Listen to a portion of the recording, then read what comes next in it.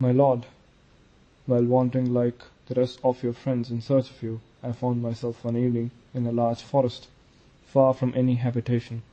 Thinking it useless to attempt to go any further, in an unknown country, and in darkness, I prepared to sleep there. Having bathed in the water of a small lake, and made myself a bed of leaves, I lay down under a large tree, commending myself to the deities presiding over the place, and was very soon asleep. Presently a strange and a beautiful feeling came over me, gladdening my inmost soul, and I woke, hardly knowing whether what I saw was a reality or a dream, for, on looking round me, I saw that I was no longer in the forest, but in a very large and lofty room, lying on a soft couch, with white muslin curtains. All round me were a number of sleeping women. Among them my eyes were especially attracted towards a young lady of exceeding beauty, lying in a very graceful attitude, covered only by a silken petticoat, her bosom slowly rising and falling, and her bud-like lower lip quivering with the soft movement of the breath in quiet sleep. Lost in astonishment, I said to myself, "What has become of that forest wrapped in darkness? How is my bed of leaves exchanged for this soft couch? Whence is this dome above me, lofty as the great temple of Shiva? Who are all these lovely women, like a troop of apsaras lying down, wearied with play? And who can this beautiful lady be? She cannot be a goddess, for the gods do not sleep thus, nor do they perspire, and I see the drops breaking forth on her forehead. She must then be a mortal. But oh, how lovely, how peacefully she sleeps, as if she had never known the anxieties of my love. My heart is drawn towards her." With these thoughts I rose up and approached the bed where she lay, and stood looking at her as if entranced, becoming every moment more enamored, longing to touch her, but held back by the fear of disturbing her.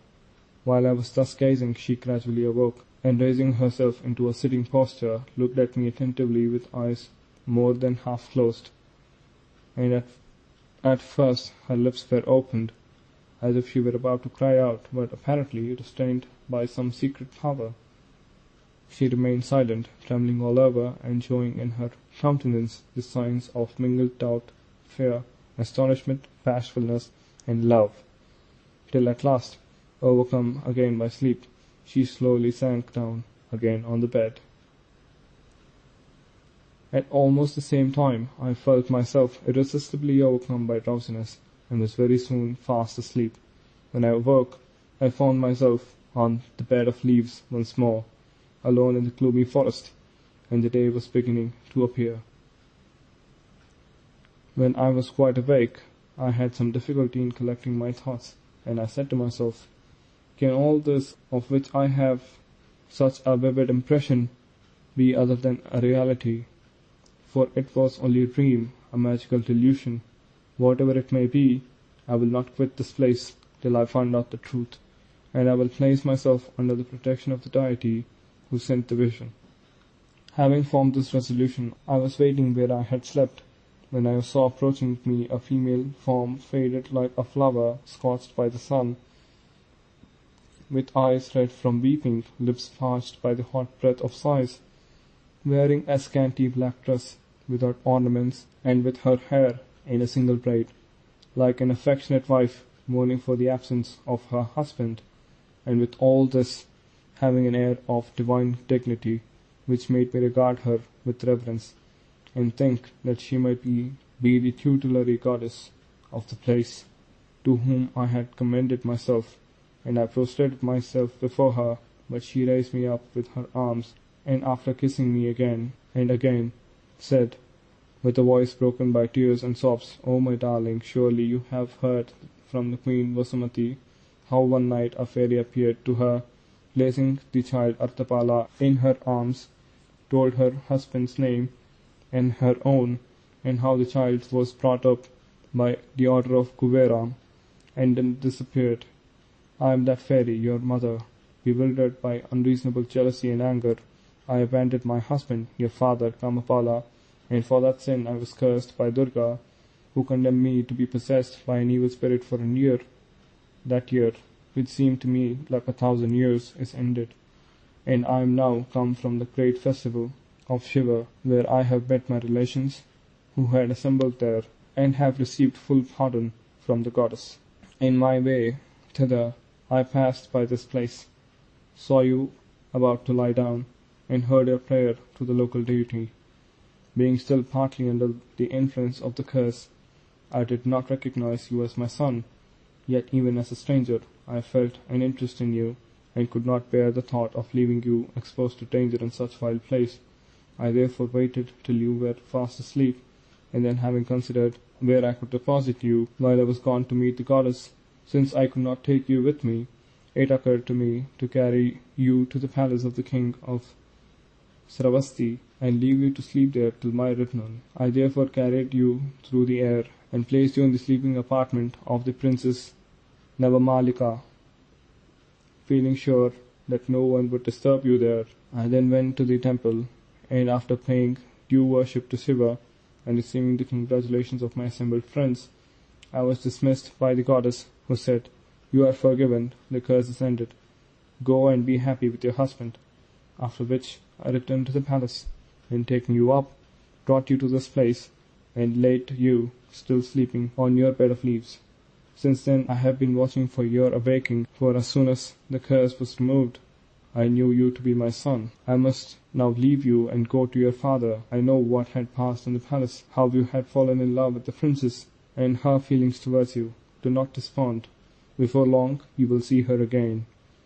She then warmly embraced me, and saying, "I go with reluctance. Farewell for the present," she departed.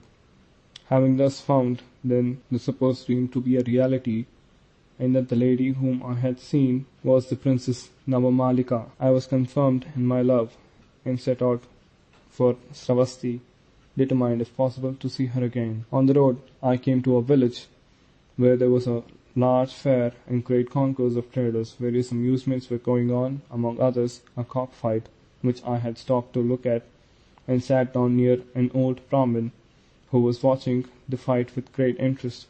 On seeing me smile, he asked the reason, and I answered, "What simpletons some of the breeders here must be to pit a Palaka cock fight against one of the Narikela breed, which is sure to win."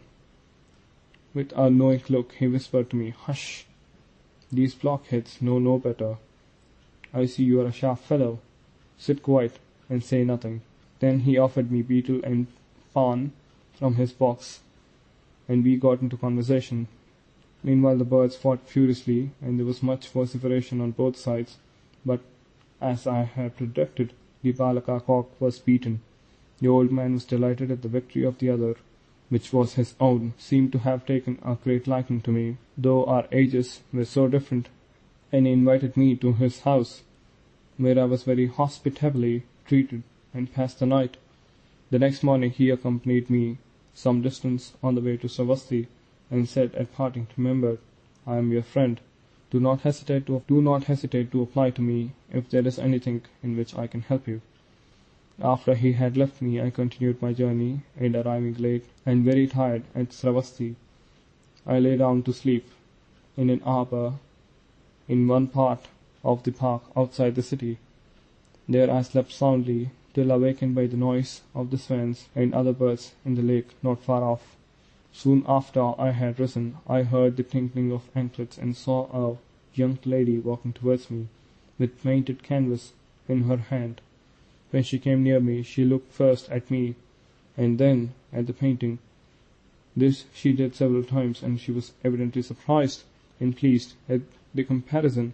On casting an eye on the picture, I was also much surprised, finding it to be a portrait of myself, feeling sure that the likeness could not be accidental, and that there must be some reason for her making the comparison, and seeming so pleased at the result. I would not at first make an inquiry of her, but merely said, "This is a public place. We need not stand on ceremony. Pray, sit down with me." This she did, and we got into conversation about the news of the town. At last she said to me, You seem to be quite strange here, and look as if you were travel-tired. Will you be offended if I ask you to come and rest at my house?" "Offended?" I answered. "You do me a great favor. I shall be most delighted to accept your invitation." Upon this she rose, and I followed her to her house, where I was most kindly entertained. When I was refreshed with bathing and food, she said to me, "You have been travelling about in various countries. Have you in your travels met with any extraordinary adventure?" On hearing this question, I thought, I have now good ground for hope. The picture presents that very room which I saw, with its lofty ceiling and wide canopies, even the bed where the princess was lying. Instigated by love, she has doubtless painted my own portrait from recollection, and, in the hope that I may be discovered through the likeness, has entrusted it to this lady, who has now invited me to her house. She evidently thinks I am that person, but hesitates to put a direct question to me. If I am right, I will soon remove her doubt. I asked her, therefore, "Will you allow me to examine that picture?" She put it into my hand, and I drew on it the princess lying as I had seen her, and giving it back said, "One night, while sleeping in the forest, I had a very wonderful dream. I found myself lying in just such a room as that which is represented in this painting, and saw there a very beautiful young lady, such as I have painted here. Could that have been anything more than a dream?" When she heard this, her face lighted up, and she answered, "That was no dream, but a reality, and you are indeed the person I was looking for." Then she told me the whole story, how the princess had seen and fallen in love with me, and how she had painted that picture and given it to her friend, that it might be the means of discovering me, and how delighted she would now be to hear that I was found at last. I begged her to assure the princess that I was even more anxious to see her, and had come to Stavasti solely from the hope of finding her.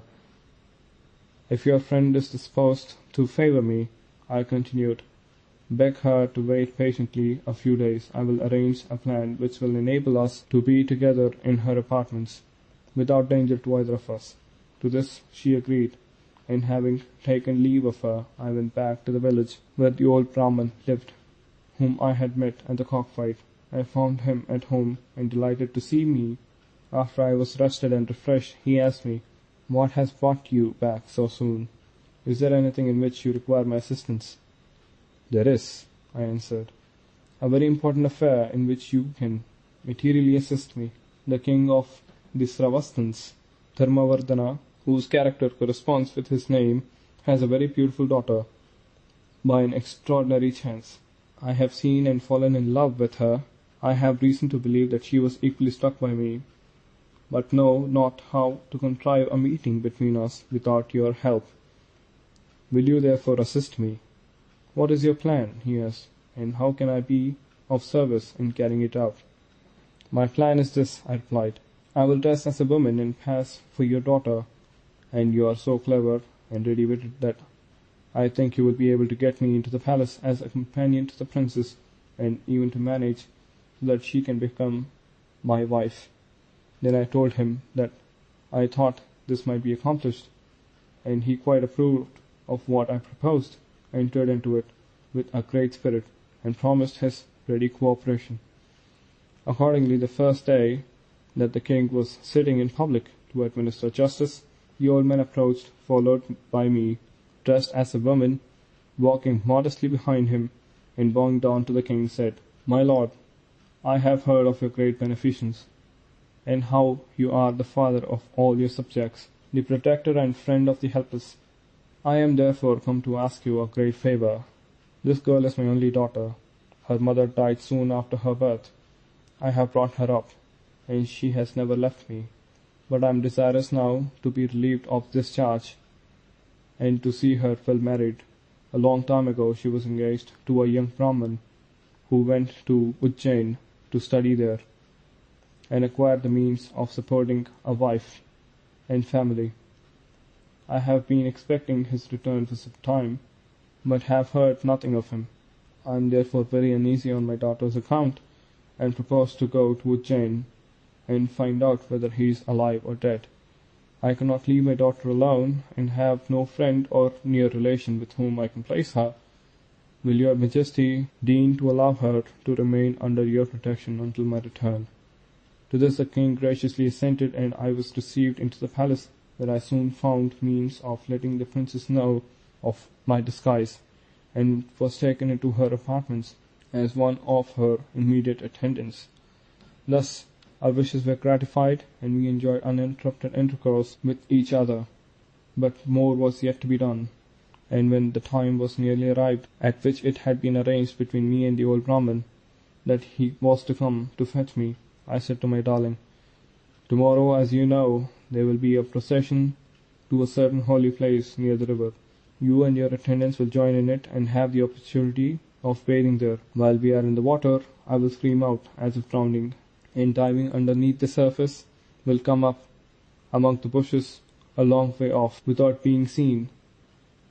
Do you appear greatly distressed at my death, but fear nothing, I shall soon come to see you again." Accordingly, the next day, while bathing in the Ganges, I made it appear as if I were accidentally carried out of my depth and drawn in by one of the eddies of the river, and screamed out loudly for help. My cries and screams and subsequent disappearance caused a great commotion, and a long search was made for my body, but of course in vain, for I had dived under and come to the surface unobserved among the thick bushes at the place which had been agreed upon. There, having gone on shore, I found the old Brahmin, who was waiting for me with a suit of men's clothes, and putting them on, I walked quietly with him into the town. Next day, as if he had heard nothing of the loss of his pretended daughter, he went to the king accompanied by me and said, "My lord, I have returned from Ujjain, and have brought with me this young man, the intended husband of my daughter, with whom I am much pleased, and whom I can confidently recommend to your favour, for I have heard an exceeding good report of him there. He is not only very learned in the Vedas and commentaries, advanced in science and arts, well instructed in politics and history, clever in reciting stories and poetry, but is a bold, skilful rider, a good archer and swordsman. There is scarcely anything that a young man should know with which he is not familiar, and with all this he is free from conceit, good-tempered, gentle, and kind. In short, he seems to me almost perfect, and more fit to marry a princess than the daughter of such a man as I am. When I have seen my child happily married to him, I shall not trouble them with my society, but withdraw from the world, and end my days in a hermitage. I have now come back to take my daughter, with the most humble and heartfelt gratitude for the gracious protection which you have so kindly afforded her." With these words he bowed himself to the ground in humble obeisance. On hearing this, the king was greatly perplexed, and obliged to admit that the girl had been drowned while bathing, and that her body had not been found. Then the old man began to tear his hair, beat his breast, and show signs of the most extravagant grief, calling on the king to restore his dear daughter, and reproaching him with having caused her death. In vain did the king make him large offers of compensation. He refused them all, declaring it to be his firm intention to put himself to death at the gate of the palace, and so cause the sin to fall on the king's head. He, despairing of finding any other way of appeasing the old man, after some consideration and consulting with his ministers, said to him, "You have told me that your intended son-in-law is a young man of rare abilities, and more fit to be the husband of a princess than of your daughter, and his appearance is very prepossessing. I offer him, then, my daughter in the place of yours. Will this satisfy you?" Then at last the old man professed to be contented. I was treated with much honour, in due time became the husband of the princess, and reached the summit of my wishes. After a time, an army was sent by my father-in-law to the assistance of the king of Anga, and thinking of the possibility of meeting you here, I solicited and obtained the command of it, and my hopes have been fulfilled, since I have now the great pleasure of seeing you." Having heard the story, the prince remarked, "You have done no deeds of blood, but have gained your ends by gentleness and ingenuity. This is the way approved of by the wise." Then turning to Mitragupta, he said, "It is now your turn. and he immediately began his story thus. End of